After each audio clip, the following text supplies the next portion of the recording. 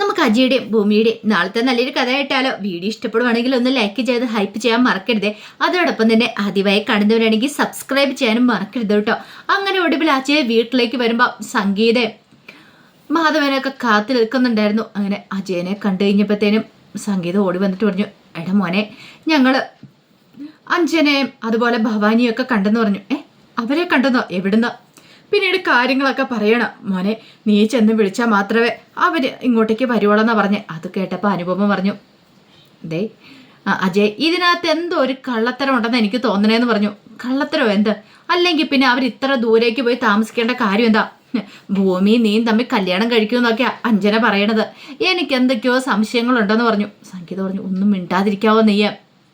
അമ്മ ഇപ്പം അങ്ങോട്ട് കയറിപ്പോയതുള്ളൂ. അമ്മയ്ക്ക് നല്ല വിഷമമുണ്ട്. അമ്മയുടെ ആഹാരം പോലും കഴിച്ചിട്ടില്ല. എത്രയും പെട്ടെന്ന് തന്നെ അവരെ പോയി നീ വിളിച്ചോണ്ട് വരണം. അമ്മ എന്തു വർത്താനാ പറയണേ? അവളുടെ കഴുത്തിൽ താലി അർത്താൻ പറ്റില്ലെന്ന് ഞാൻ പറഞ്ഞല്ലേ. എടാ മോനെ, അങ്ങനൊന്നും പറയരുത്. നീ പോയി അവരെ വിളിച്ചോണ്ട് പോവാ. അമ്മ എങ്ങനെ നമ്മൾ പറഞ്ഞു മനസ്സിലാക്കാനായിട്ടാ? അല്ലെങ്കിലും അവരിവിടെ വേണം, അവരിവിടെയല്ലേ ജീവിക്കണ്ടേ? മാധവൻ പറഞ്ഞു, അതേടാ, നീ ഇങ്ങനെയൊന്നും പറയല്ലേടാ മോനെ. ഒന്നുമില്ലേലും അഞ്ജന നിന്റെ മുറപ്പെണ്ണും കൂടെ അല്ലേ. നീ അവളുടെ കഴുത്തിൽ താലി ആർത്തിയാൽ എന്താ പ്രശ്നം ഇരിക്കുന്നത്? അച്ഛാ, എനിക്ക് അവളുമായിട്ട് ഒട്ടും പൊരുത്തപ്പെട്ട് പോകാനായിട്ട് പറ്റില്ല. എൻ്റെ മനസ്സിൻ്റെ ഒരു കോണിപ്പോലും ഇല്ല.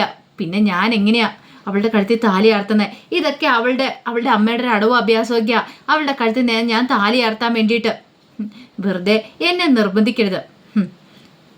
എടാ, അങ്ങനെ നീ പറയരുത്. നിർബന്ധിക്കുക അങ്ങനെയൊന്നും പറയരുത്. എടാ, അവരവിടെ താമസിക്കുന്ന ഒരു കുഞ്ഞു വീട്ടിൽ ആ കോലം ഒന്ന് കണ്ട. അനുപമ പറഞ്ഞു, അത് ശരിയാ.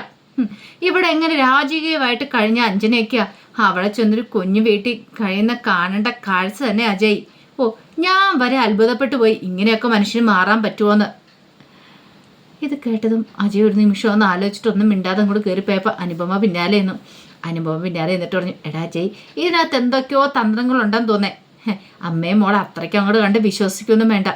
അതെന്താ നീ അങ്ങനെ പറഞ്ഞ്? എനിക്കങ്ങനെ തോന്നി. ഇതൊക്കെ നാടകമാണോന്ന്. നീ അവളുടെ കഴുത്തിൽ താലി ആർത്താൻ വേണ്ടിയിട്ട് അവൾ കാണിക്കുന്ന ഡ്രാമയാണോന്ന്. എങ്ങനെ ഡ്രാമ കളിക്കുകയാണെങ്കിൽ നീ ഉറപ്പായിട്ടും അവളെ പോയി വിളിച്ചോണ്ട് വരും. അവളുടെ കഴുത്തിൽ താലി ആർത്താന്ന് പറഞ്ഞ് വേണം നീ അവളെ വിളിച്ചോണ്ട് വരാനെന്ന് അവളുടെ ഡിമാൻഡ്. അതിപ്പം ഇവിടുത്തെ മുത്തശ്ശിയൊക്കെ പറഞ്ഞ് എന്നെക്കൊണ്ട് സമ്മതിപ്പിക്കുമല്ലോ. അതറിയാവുന്നതുകൊണ്ടാണ്. പക്ഷെ എന്നാലും ഇത്ര ദൂരേക്ക് എന്തിനാ അവർ പോയി താമസിക്കണമെന്നാ? അത് മാത്രമല്ല, ഒരു കാര്യം പറഞ്ഞിട്ടുണ്ടായിരുന്നു അപ്പച്ചി. ഭൂമി ഈ വീട്ടിലേക്ക് വന്നായിരുന്നോ? എന്തെങ്കിലുമൊക്കെ സംസാരിച്ചോന്നോ? ഭൂമിയോ? അതെ, ഭൂമി വന്നായിരുന്നോ എന്നൊക്കെ ചോദിച്ചു. അവർ ഭൂമിയെ ഭയക്കുന്നുണ്ട്. ഒരു പക്ഷേ നീ ഭൂമിയെ സ്വന്തമാക്കിയാലെന്ന് വിചാരിച്ചിട്ടായിരിക്കും അങ്ങനെ പറയണമെന്ന് പറഞ്ഞു. പക്ഷെ എന്തോ അജയ്ക്ക് ആ സമയത്ത് വല്ലാത്തൊരു ബുദ്ധിമുട്ടാണ് തോന്നിയത്. അനുപമ അങ്ങോട്ട് പോയി കഴിഞ്ഞപ്പോഴത്തേനും അജയ് ഇങ്ങനെ ആലോചിച്ചു, എന്ത് ചെയ്യണമെന്ന് പോലും അറിയത്തില്ല. ഒരു പക്ഷേ വിളിച്ചോണ്ട് വന്നില്ലെങ്കിൽ ഇവിടെ മുത്തശ്ശിക്കൊക്കെ അത് ഭയങ്കര വിഷമാവും എന്നൊരു ചിന്ത മനസ്സിലുണ്ടാവുന്നുണ്ട്. പിന്നീട് ഭൂമി എന്ത് ചെയ്തു? ക്ഷേത്രത്തിലേക്ക് പോവാണ്. ഇനിയിപ്പം ഭഗവാനാണ് ഏക ആശ്രയം എന്ന് പറഞ്ഞാൽ. എല്ലാ പിടിവള്ളിയും പോയി. വക്കീൽ ഫീസ് കൊടുക്കാൻ പോലും പൈസയില്ല, ലക്ഷങ്ങളാവും. അതിനുള്ള തുകയൊന്നും കയ്യിലില്ല. പക്ഷെ അമ്മ എങ്ങനെയെങ്കിലും പുറത്തെത്തിക്കണം. അമ്മ നിരപരാധിയാന്ന് തെളിയിക്കുകയും ചെയ്യണം. അതിനെന്തെങ്കിലും ഒരു വഴി അത് ദൈവമായിട്ട് കാണിച്ചു തരണം എന്നൊരു ചിന്തയോട് കൂടിയിട്ട് ഭൂമി ഭഗവാന്റെ മുന്നിൽ പോയിന്ന് മനോരി പ്രാർത്ഥിക്കുക. തൻ്റെ അച്ഛൻ്റെ കൊലയാളി തൻ്റെ പിന്നാലെ തന്നെ ഉണ്ടെന്നുള്ള കാര്യം അറിയാം.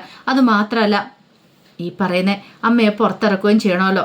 അങ്ങനെ ഭൂമി ക്ഷേത്രത്തിലേക്ക് പോയത് കമാല് കണ്ടു. കമാല് ഭൂമിയെ പിന്തുടരുവാണ്. അവൾ ക്ഷേത്രത്തിൽ പോയി പ്രാർത്ഥിച്ചിട്ട് മടങ്ങി വരട്ടെ, വരുന്ന വഴി അവളെ തീർക്കണം. അപ്പം ദീപാരാധന തൊഴാനായിട്ടാണ് ഭൂമി പോയിരിക്കുന്നത്. അപ്പോൾ ആളില്ലാത്ത ഏതൊരു സ്ഥലത്ത് വെച്ച് അവളെ തീർക്കണം എന്നൊരു ചിന്തയോട് കൂടിയിട്ട് കമാൽ അവളെ പിന്തുടർന്ന് പോയത്. പക്ഷെ ഇതൊന്നും ഭൂമിയോട്ട് അറിയുന്നുണ്ടായിരുന്നില്ല. പക്ഷെ അതേ സമയത്ത് തന്നെയാണ് സത്യദാസ് ക്ഷേത്രത്തിലേക്ക് പോയത്. ക്ഷേത്രത്തിലിടയ്ക്ക് പോയി സത്യദാസ് പ്രാർത്ഥിക്കും. തൻ്റെ ഭാര്യയും മകളും തിരിച്ചു പറഞ്ഞെന്നൊരു പ്രാർത്ഥന മാത്രമേ മനസ്സിലുണ്ടായിരുന്നുള്ളൂ. അങ്ങനെ ക്ഷേത്രത്തിൽ പോയി സത്യദാസും പ്രാർത്ഥിച്ചു. ഈ സമയത്ത് ഭൂമി പ്രാർത്ഥനയെല്ലാം കഴിഞ്ഞ് ഭൂമി തിരികെ വീട്ടിലേക്ക് പോരുവാണ്. വീട്ടിലേക്ക് തിരികെ മടങ്ങുന്ന സമയത്താണ് കമാൽ അവിടേക്ക് വന്നത്. കമാല് മുഖംമൂടി ധരിച്ചിട്ടുണ്ടായിരുന്നു. അങ്ങനെ വന്നിട്ട് കമാല് ഭൂമിയെ കൊല്ലാനായിട്ട് ഒരുങ്ങുകയാണ്. പെട്ടെന്ന് ഭൂമി ഒരു നിമിഷവും നമ്പരന്ന് പോയി. പക്ഷേ ഭൂമി അത്യാവശ്യം കാര്യങ്ങളൊക്കെ പഠിച്ചിട്ടുണ്ടായിരുന്നു. ഭൂമിയെ കീഴ്പ്പെടുത്താനായിട്ട് പറ്റിയില്ല. ഭൂമിയെ കയ്യിലേക്ക് പിടികൂടി ഭൂമിയെ കഴുത്തേലേക്ക് കത്തി വെക്കുന്ന സമയത്ത് സത്യദാസ് ആ വഴി വരുന്നത്. സത്യദാസ് നോക്കിക്കഴിഞ്ഞപ്പോൾ ഈ കാഴ്ച കണ്ട എടാന്നും പറഞ്ഞ് അലറി വിളിച്ചോളുന്ന ഒരൊറ്റ തൊഴിയായിരുന്നു. പോലീസുകാരായിരുന്നല്ലോ സത്യദാസ്. അപ്പം പിന്നെ ഇടിക്കും അടിക്കും വല്ല കുറവുണ്ടോ?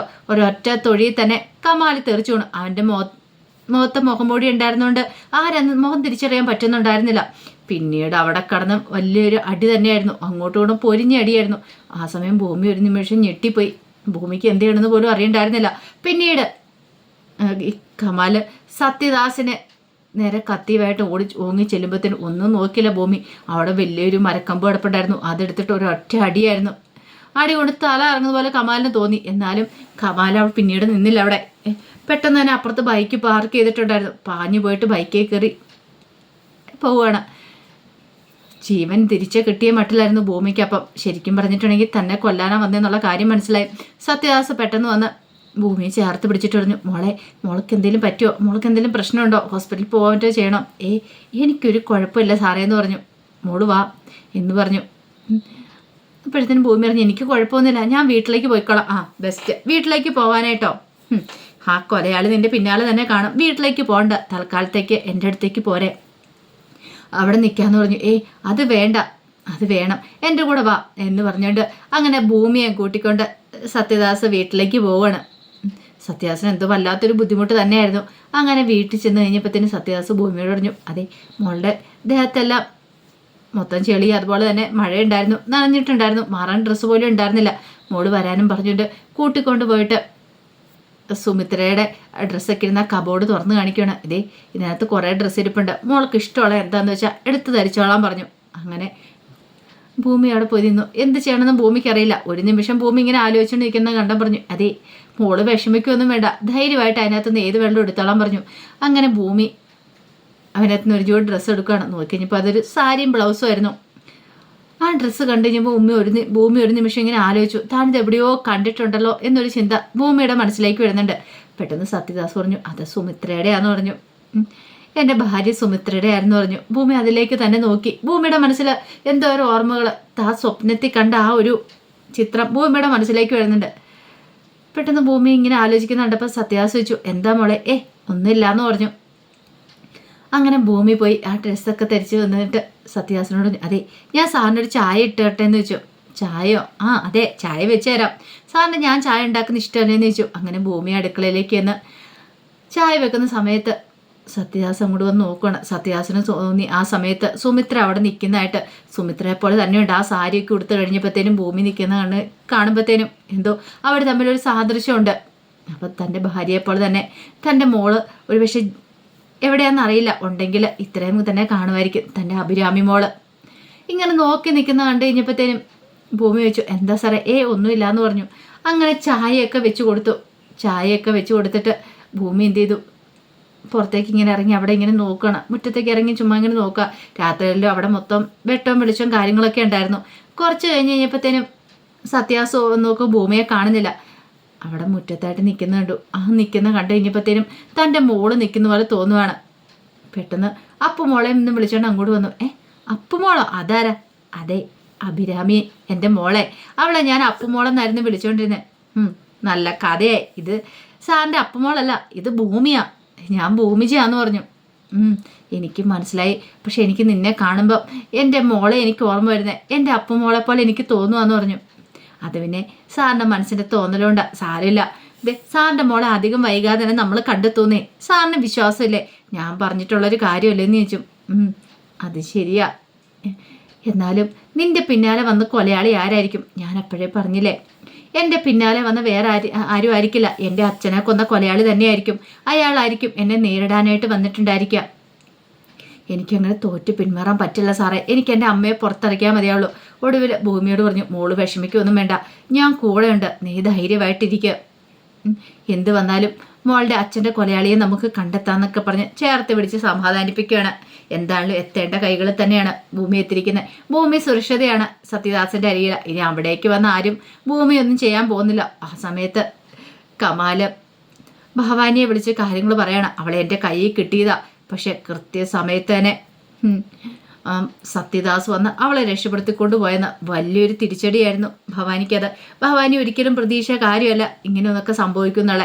അതിൻ്റെ കഥകളൊക്കെ കാണുന്നത്. ആ വിശേഷങ്ങളൊക്കെ ആയി നമുക്ക് എല്ലാവർക്കും കാത്തിരിക്കാട്ടോ. ഒരിക്കൽ കൂടി എല്ലാവർക്കും ശുഭരാത്രി നേർന്നുകൊണ്ട് നിർത്തുന്നു. നന്ദി.